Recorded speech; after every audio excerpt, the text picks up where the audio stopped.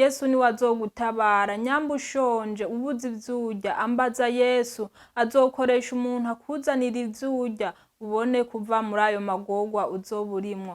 Imana niyo mutabazi wacu, Imana niyo itabara umuntu ari mu magorwa, naho yoba ari amagorwa ameze gute, Imana niyo imenya ubuzima bw'umuntu. Imana niyo imenya uko ejo uzobaho, niyo imenya uko uzovyuka, niyo izomenya ivyurya.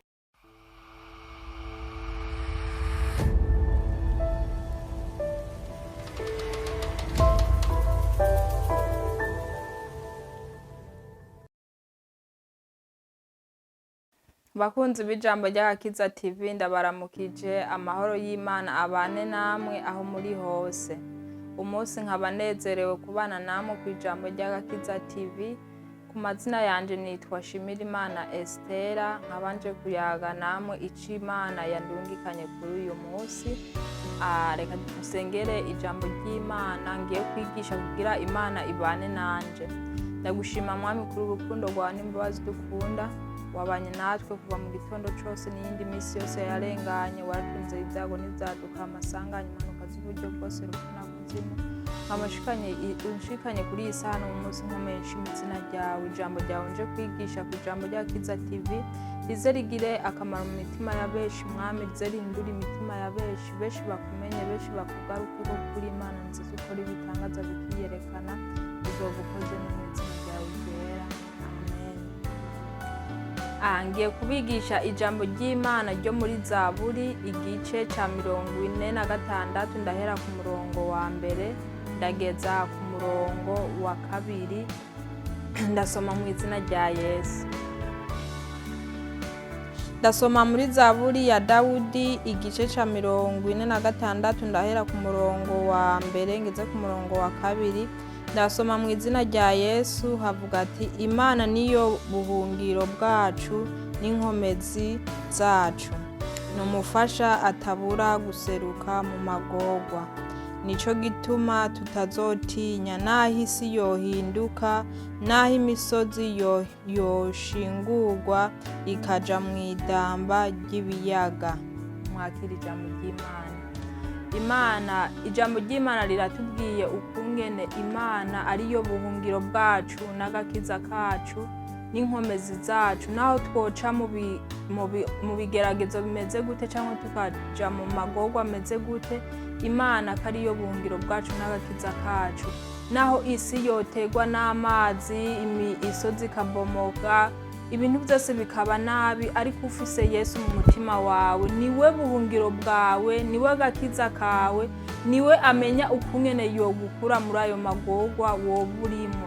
Rero duhungire kuri Yesu dufise umutima n'umwete, twihane tuve mu bitahimbara Imana, dukurikire Yesu ko naho turohura n'ingorane zimeze gute, niwe arodutabara. Nka kurya yatabaye Shaduraki na Meshake mwitanure ry'umuriro, akabarungikira umumarayika bakazunguruka muri urya muriro, ntibigeze basha kuko bari bafise uhoraho mu mutima wabo. Niwe yabagwaniriye muri urya muriro, niwe yabarokoye, niwe yabakuye mwari rya tanure ry'umuriro. Nawe muntu uri mu magorwa uri kurankurikirana, nyamba urwaye ubona atahantu sinzokira, izere Yesu wenyene niwe azogukora muri izo ngwara urimo. Yesu niwe azogutabara. Nyamba ushonje ubuze ivyurya, ambaza Yesu azokoresha umuntu akuzanira ivyurya ubone kuva muri ayo magorwa uzoburimwo. Imana niyo mutabazi wacu, Imana niyo itabara umuntu ari mu magorwa, naho yoba ari amagorwa ameze gute, Imana niyo imenya ubuzima bw'umuntu. Imana niyo imenya uko ejo uzobaho, niyo imenya uko uzovyuka, niyo izomenya ivyurya n'ivyunwa, kuko niwe mutabazi wacu, niwe turokora buri munsi, niwe tugwanirira. Kuko Satani wewe imitego bagomba kuduteza aba ari ibyago vyinshi, ariko Imana ikahaba ikadukingira kugira ntitugwe muri iyo mitego Satani aba agomba kudutamwo. Tugire ukwizera, duhungire kuri Yesu kuko ari we gakiza kandi ari we mutabazi wacu, anyaruka guseruka mu bibazo byose tuba turimo. Paulo na Sila barabataye mu ibohero, bamaze kubata mu ibohero, iminyororo murazi n'ivyuma bikomeye cyane, ariko Imana yarungitse umumarayika araca ijya minyororo iracika, Paulo na Sila bava mu ibohero kuko bari bafise ukwizera kandi kuko bari bafise Imana mu mutima, bari bizera yuko ata kintu na kimwe gishobora kubashika kubera bafise uhoraho kandi bamwambaje bari mu magorwa. Yanyarutse guseruka arababohora muri iyo migozi Satani yari yababoshe. Natwe dukwiye kwizera iyo dufise Yesu, dufise byose. Niwe mutunzi wacu, niwe mutunzi dufise aruta amafaranga, arusha ivyo tubona kuri iyi si byose. Tumufise tuba dufise ibikomeye mu bugingo bwacu. Ijambo ry'Imana riratubwiye naho imisozi yonyiganyiga canke isi kuzura amazi, ikuzura nyene idamba, Imana izoba hagati yacu, Imana izotugwanirira, Imana izoturokora kugira ngo ntitugwe muri rya damba ry'amazi. Naho imisozi yonyiganyiga ikatugwako kuba dufise Yesu, ntaco izotugira irya misozi, ntituzopfa. Tuzova muri ya misozi abantu babona tugenda twemye kuko dufise Yesu, kuko ari we mutabazi wacu n'agakiza kacu n'inkomezi zacu. Ariko abantu bo muri iki gihe ntitwizera Imana ko ariyo mutabazi kandi ariyo ishobora kudukura mu bibazo byose tuba turimo, mu magorwa tuba turimo. Naho woba uraye utariye, wowe ugasenga Imana yawe, irotuma umuntu akuzanira ivyurya. Urwaye umerewe nabi, niyo izogukura kwa kirya gitanda ukavayo uri muzima ufise amahoro mu bugingo bwawe. Nari ngwaye ndemvye merewe nabi ndi muri koma, Imana niyo yahankuye. Murabona ndi imbere yanyu ndiko ndabigisha ijambo ry'agakiza TV kuko nari mfise Yesu mu mutima, nkasengera mu mutima n'abakozi b'Imana bakansengera. Imana niyo yabanye nanje imbere umutabazi. Ubu simba nkiriho ariko ndacariho kubwo urukundo rw'Imana idukunda, kuko ariyo yantabaye ikankura mu rupfu. Satani we yagomba komfa, ariko Imana yarandokoye, ndacariho mpumeka umwuka w'abazima. None mwene data uri kurankurikirana ku ijambo ry'agakiza TV, nawe bandanye usenga Imana ufise umutima wo kuyigusenga, umutima wo gusoma ijambo ryayo, kuko iyo udasoma ijambo ry'Imana ntushobora gutahura ibitangaza Imana ikora, ntushobora gutahura uko Imana iri. Ariko niwasenga mu mpwemu no mu kuri, ukabana na Yesu, ukamusenga mu mpwemu no mu kuri, atabindi bintu uyigereranya canke uyishushanya, Imana izogutabara mu magorwa uzoba urimo.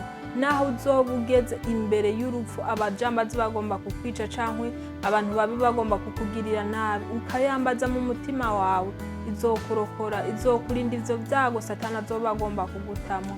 None rero mwene data, kunda gusenga, kunda gusoma ijambo ry'Imana, wambaze Yesu kuko ari we mutabazi wacu kandi ari we buhungiro bwacu n'agakiza kacu, atabura kuseruka mu magorwa yose twoba dufise twege, kuko turi mw'isi duhura n'ibigeragezo vyinshi, duhura n'amagorwa menshi, ariko twambaje Imana, Imana iradukura mw'ayo magorwa tuba turimo.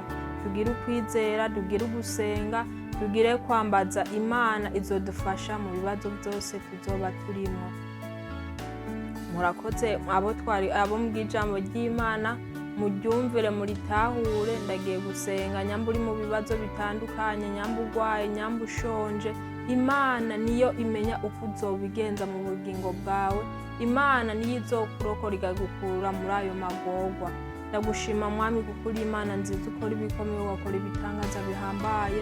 Ijambo ryawe riravuze yuko naho twohura n'ibigeragezo, tugahura n'ibibazo bitandukanye, imisozi ikatugwako, tukagwa mw'idamba ry'amazi, ko ari wowe uzoturokora, ukabana natwe kuko ari we buhungiro bwacu, udabura guseruka mu magorwa. Ndakweretse abagwaye mu mpande zine z'isi, ubahukira ingwara zabo. Abashonje Mwami ubibuke mu mpande zine z'isi, ubahe ivyo barya n'ivyo banywa. Abafise ingorane zitandukanye Mwami wowe urabazi, aba ari wowe Mwami bakura mu ngorane zirimo, ubahe kunezerwa, ubahe kuronka amahoro mu bugingo bwabo, ubahe kuronka Mwami uri mw'ijuru, ukuronka ivyo barya n'ivyo banywa, ubahe kwidegemvya muri wewe, ubahe kukumenya, ubahe kuguhindukirira, bamenye ko ari wowe Mana ukora ibitangaza bikiyerekana, kuko benshi baracari mu vyaha bitandukanye, ntibaramenya ko ari wowe urokora kandi ari wowe uzi ubuzima bwabo. Bagenda binyegeje, bagenda bakora ivyaha bitandukanye ngo ntubabona, ariko wowe urababona, ukabazigamira ubugingo bwabo, ubiyereka kugira bagaruke kuri wewe, kugira baze barokore benshi, baze bashitse benshi ku gakiza, uzobugize neza Uwiteka. Ndazi wewe kuri nyinshi, kuri Imana idahemuka kandi uri Imana idatetereza. Abo nsengeye bose Mwami, mfise ukwizera ko ari wubaha amahoro, mfise ukwizera ko ari wubaha ivyo barya n'ivyo banywa, mfise ukwizera ko ari wubakura mu ngorane zitandukanye barimwo. Byose ndazi wewe kuvyumva kandi kubikora. Ni mu izina ry'Umwami wacu Yesu Kristo ndabisavye nizeye. Amen. Murakoze mwese abanyumvise ku ijambo ry'Agakiza TV. Imana ibahezagire. Bye.